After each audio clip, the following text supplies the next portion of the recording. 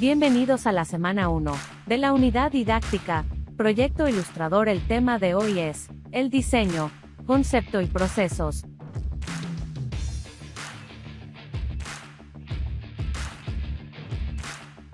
Fase del diseño o proyecto de un afiche. Introducción. Formato: lluvia de ideas, árbol de problemas, material gráfico, bocetos. Con frecuencia, en el diseño se dejan trabajos para lo cual se requiere realizar una búsqueda de información o una pequeña investigación en donde se recopilará, seleccionará, organizará, interpretará y redactará el material pertinente para la propuesta de comunicación que se debe plantear al cliente antes de su producción y publicación. Información.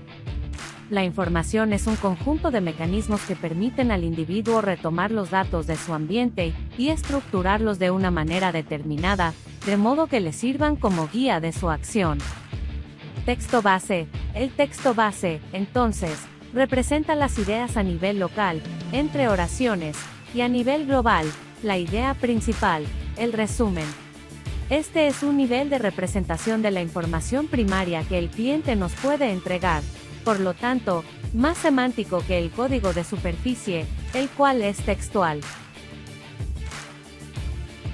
La lluvia de ideas, también denominada tormenta de ideas, o brainstorming, es una herramienta de trabajo grupal que facilita el surgimiento de nuevas ideas sobre un tema o problema determinado. La lluvia de ideas contiene 4 reglas. Suspender el juicio.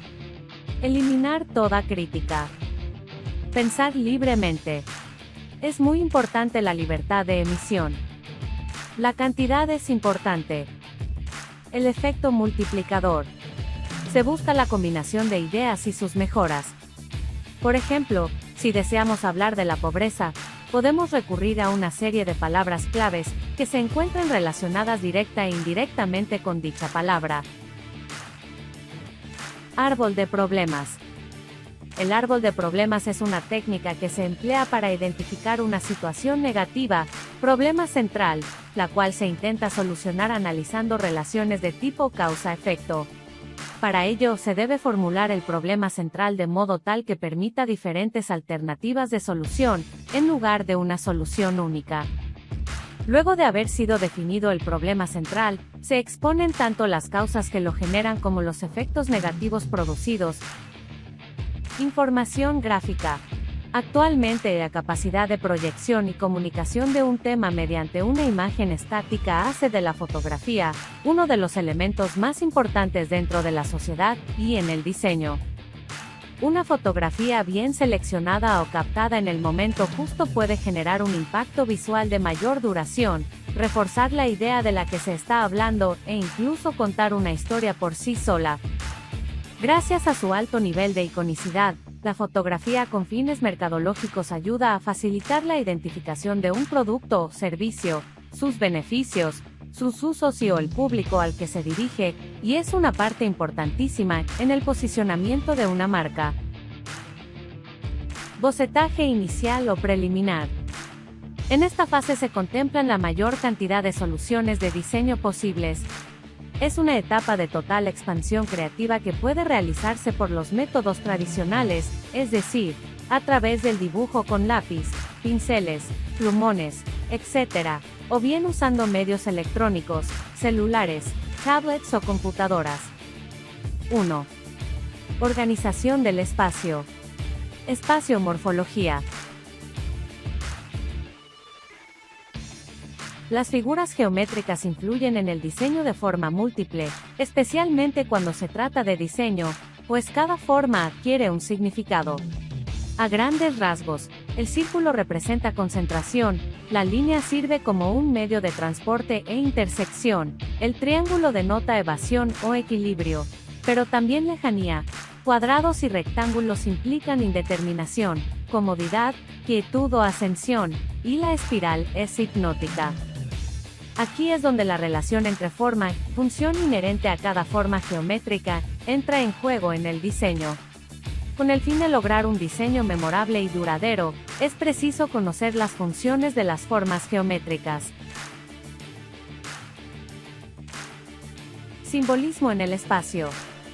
La psicología siempre ha utilizado la simbología espacial para explicar conceptos, actitudes, gestos a observar, impresiones que recibimos o mensajes que transmitimos, e incluso las propias expresiones verbales nos ayudan a verbalizar los conceptos.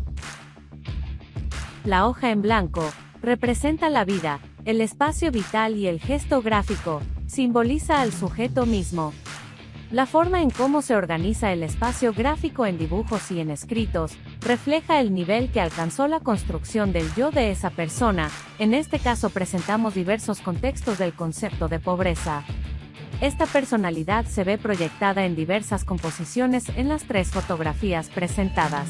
Utilizando esta técnica podemos reconocer, al igual que una interpretación de trazo o una escritura, cómo los objetos identificados en la fotografía nos manifiestan ciertas emociones y razonamientos. En los campos cartesianos se destaca una serie de esferas distribuidas de acuerdo a las personas u objetos que encontramos, y que nos transmiten depresión, rebeldía, obsesión, represión, como se ve en la primera imagen. Por lo tanto, al analizar una imagen utilizando esta técnica, todo tiene motivo, su razón de ser y su explicación psicológica. Estructura. Regla de tercios, mitad de la mitades, rectángulo dinámico, rectángulo áureo. Paragusius Wong señala que casi todos los diseños poseen una estructura que gobierna la posición de las formas en un diseño, lo que explica, por ejemplo, que unas formas estén dispuestas en fila y otras en forma circular. Aunque no se haya pensado en la estructura al crear un diseño, la estructura siempre estará presente. Color. Armonías. Significado del color. El color desempeña un papel muy importante dentro del diseño. El significado de un diseño puede variar notablemente dependiendo de los colores utilizados en su representación gráfica. Los medios digitales han propiciado que existan literalmente millones de colores a disposición del diseñador, y las formas de combinarlos creativamente son prácticamente infinitas. El diseñador gráfico tiene que conocer la clasificación de los colores, los términos utilizados para describirlos y las técnicas para representarlos correctamente en soportes impresos y digitales. Armonía de color.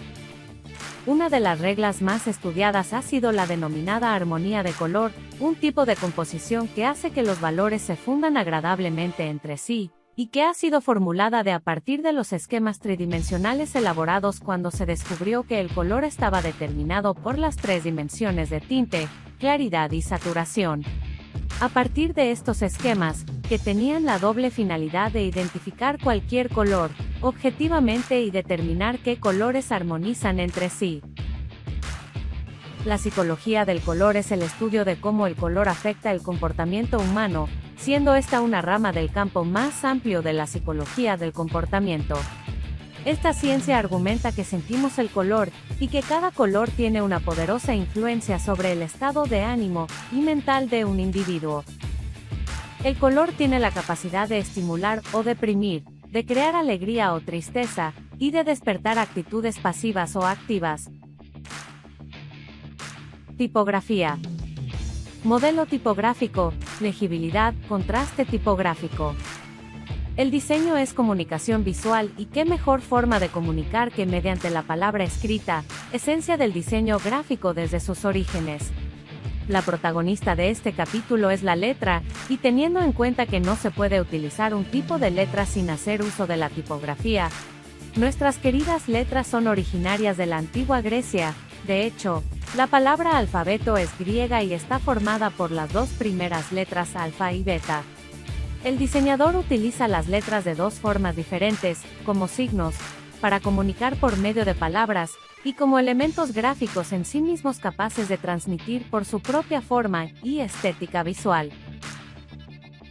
Selección de fuentes.